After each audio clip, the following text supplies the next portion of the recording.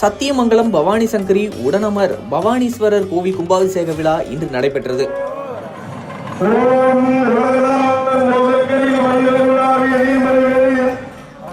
ஈரோடு மாவட்டம் சத்தியமங்கலம் பவானி ஆற்றங்கரை ஓரம் இந்து சமய அறநிலைத்துறை கட்டுப்பாட்டில் பவானீஸ்வரர் கோவில் உள்ளது. இந்த கோவிலில் திருப்பணிகள் நடைபெற்று வந்த நிலையில் கும்பாபிஷேக விழா இன்று நடைபெற்றது.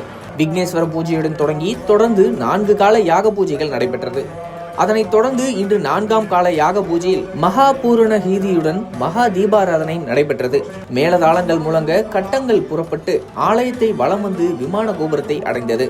அதனைத் தொடர்ந்து வேத மந்திரங்கள் முழங்க விமான கோபுர கலசத்திற்கு புனித நீர் ஊற்றி அஷ்டபந்தன மகா கும்பாபிஷேகம் நடைபெற்றது. அதனைத் தொடர்ந்து மூலவர் பவானீஸ்வரர், உடனமர், பவானி சங்கரி மற்றும் பரிவார தெய்வங்களுக்கு புனித நீர் ஊற்றி மகா அபிஷேகம் நடைபெற்றது. அதனைத் தொடர்ந்து அலங்காரம் செய்யப்பட்டு மகா தீபாராதனை நடைபெற்றது.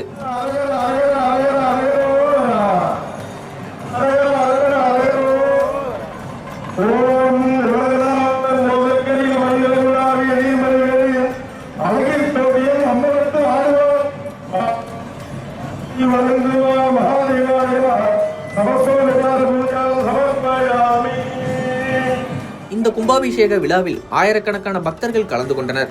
கோவிலை சுற்றிலும் திரண்டிருந்த பக்தர்கள் மீது புனித தீர்த்தம் தெளிக்கப்பட்டது. இதனைத் தொடர்ந்து பவானீஸ்வரர் அலங்கார பூஜை மற்றும் தீபாராதனை நடைபெற்றது.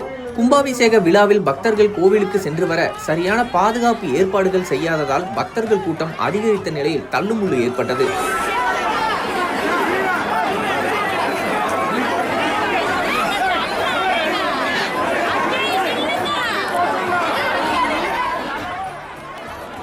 இதனால் பக்தர்கள் மிகுந்த அவதிக்கு உள்ளாகினர். குழந்தைகளுடன் கோவிலுக்கு வந்த பெண் பக்தர்கள் சாலையோரம் நிறுத்தி வைக்கப்பட்டிருந்த இருசக்கர வாகனங்களின் மீது தடுமாறி விழுந்தனர். பிரசித்தி பெற்ற கோவில் என்பதால் பக்தர்கள் கூட்டம் அதிக அளவில் வருவார்கள் என எதிர்பார்க்கப்பட்ட நிலையில் இந்து சமய அறநிலைத்துறை அதிகாரிகள், காவல்துறையினர் மற்றும் விழா குழுவினர் சரிவர ஏற்பாடுகள் செய்யவில்லை என பக்தர்கள் வேதனை தெரிவித்தனர்.